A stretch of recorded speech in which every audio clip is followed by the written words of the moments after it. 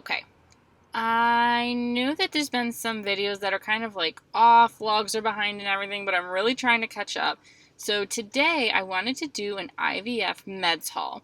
Now, most of these medications are for Jenna, and that's because she's the one that's doing the egg retrieval, and I will be doing the transfer. So I'm going to discuss some of my meds too, but most of them are going to be hers, and she's just not really into this type of video, but I am.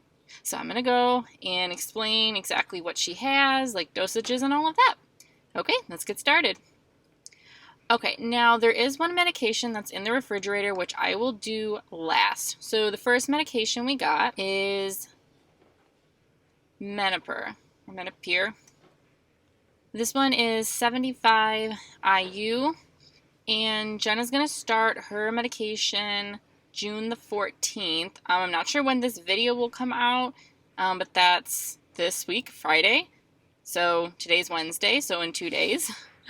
And she will be starting with this, the Menopur 75 IU, and then one more medication, which I will mention later at the end. The Menopur is for stimulating to get more follicles growing, and it'll encourage the body to make lots of good eggs. So that one is in the stomach. It's subcutaneous. So again, shots here in the belly. And I haven't opened it yet, but I will put like a picture over here of what everything looks like. Like I'll show you the med here and then I'll put the rest over there. Okay, next medication, I'll have to spell it. It's Ganirelix. And again, subcutaneous in the stomach. This one, the Ganirelix, spell that right, Ganirelix, that one is for kind of putting the body on hold. So this medication, she'll start with the 2 shots, take those 2 Friday, Saturday, Sunday, Monday, up until they think that her body is made enough good mature eggs. And then she will start taking this Ganirelix, and that one again is going to put her body kind of on hold so her body doesn't release the eggs, and then that way they can get ready for the egg retrieval. So again, this one I'm not sure when she's going to start taking because we just have to wait and see how her body grows eggs, and probably it'll be like maybe the end of next week, somewhere around there. Let me think, maybe like, I don't know, anywhere from day 6 onward. We don't know. But that one is really nice because with the Menopur, I think if you saw in the picture, there's like different vials and you have to like mix them together and do all of that. Whereas this one is a pre-filled syringe and you can just give a shot and you don't have to mix anything. So I think that's going to be much easier for her. Oh, and I'm also going to mention that yes, Jenna was using birth control. She stopped that now, but before she was just taking Enskice, that's how you pronounce it. She started birth control just after her period. Well, technically, I think she started her period around maybe day 2, 3, something like that. She started birth control, and that was about 5 weeks. Well, almost 5 weeks, like 4 weeks and 2 days. And then just recently at her second baseline ultrasound, that's when she stopped. So that was yesterday was her last birth control. So now we're just waiting until Friday for the other meds. So birth control. This one, I don't know what it's actually called. Chloric gonadotropin shot. It's 10,000 USP units. And that one is the trigger shot. So that one means once she's done with all of the medications and ready to have the egg retrieval, she will take this shot. And this one is in the butt.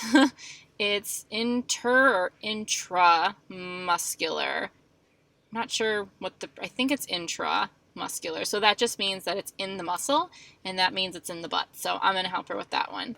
And that she will take the shot whenever they inform her to, and then I believe they think it's about 36 hours, and then they will do the egg retrieval and get all of the eggs, hopefully a lot, but not too much.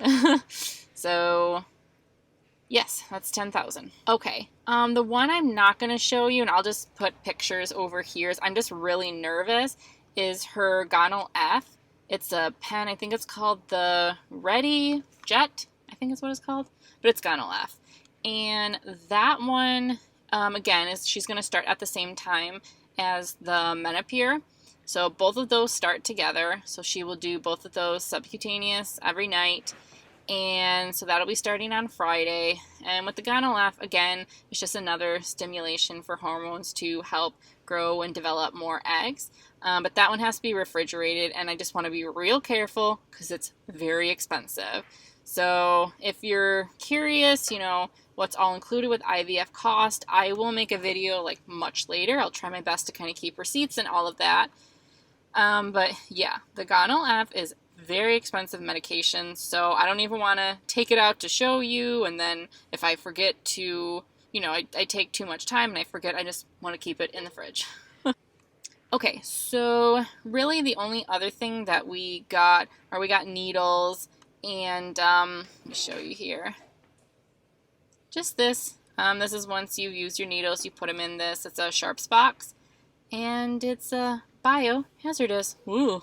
Okay, so those are all of Jenna's medications, and so now for me, obviously she's doing the egg retrieval, and then they're going to transfer to me, and we decided to do a medicated cycle, which I'll explain more about why we did that in another video, an update of what's going on with, you know, all of the IVF and everything.